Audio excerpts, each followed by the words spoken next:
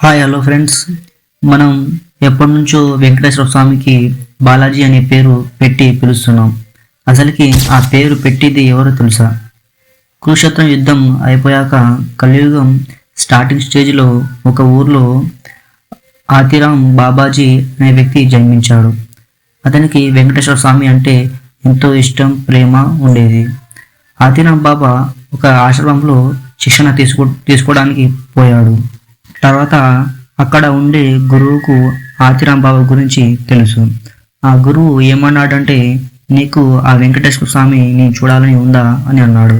అప్పుడు ఆతిరామ్ బాబాజీ ఆ వెంకటేశ్వర స్వామికి చూడాలని ఎంతో ఆశగా ఉంది అని అన్నాడు. అప్పుడు ఆ గురువు మీ వాళ్ళని అందరినీ వదిలి ఆతిరామ్ బాబాజీకి తపస్సు చేయమని అన్నాడు. అప్పుడు బాబాజీ అందరినీ వదిలి అడవిలోకి వెళ్ళిపోయాడు. చాలా సంవత్సరాల ఆతిరామ్ బాబాజీ తపస్సులో మునిగిపోయాడు. అప్పుడు వెంకటేశ్వర స్వామి వచ్చారు. వచ్చిన తర్వాత నీకు ఏం కావాలి అని వెంకటేశ్వర స్వామి ఆతిరామ్ బాబాజీకి అడిగాడు. అప్పుడు ఆతిరామ్ బాబాజీ నాతో మీరు పాచికలు ఆడాలి అని అన్నాడు. తర్వాత ఆతిరామ్ బాబాజీ వెంకటేశ్వర స్వామి ఇద్దరు కలిసి పాచికలు ఆడారు. అప్పుడు ఆడే ముందు ఏమైనా పందెం పెట్టాలి కదా అని అన్నాడు ఆతిరామ్ బాబాజీ. సరే అని వెంకటేశ్వర స్వామి కూడా ఆడాడు. వెంకటేశ్వర స్వామి ధనం మొత్తం పందెంలో ఓడిపోయాడు. అలానే వెంకటేశ్వర స్వామి వస్త్రాలు కూడా ఓడిపోయాడు. ఇలా వెంకటేశ్వర స్వామి ఆతిరామ్ బాబాజీతో రోజు ఆడేవాడు.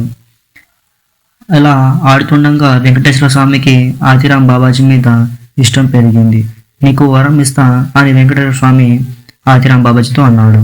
నాకు వరం వద్దు స్వామి అని ఆతిరామ్ బాబాజీ ఎంతో ప్రేమగా అన్నాడు.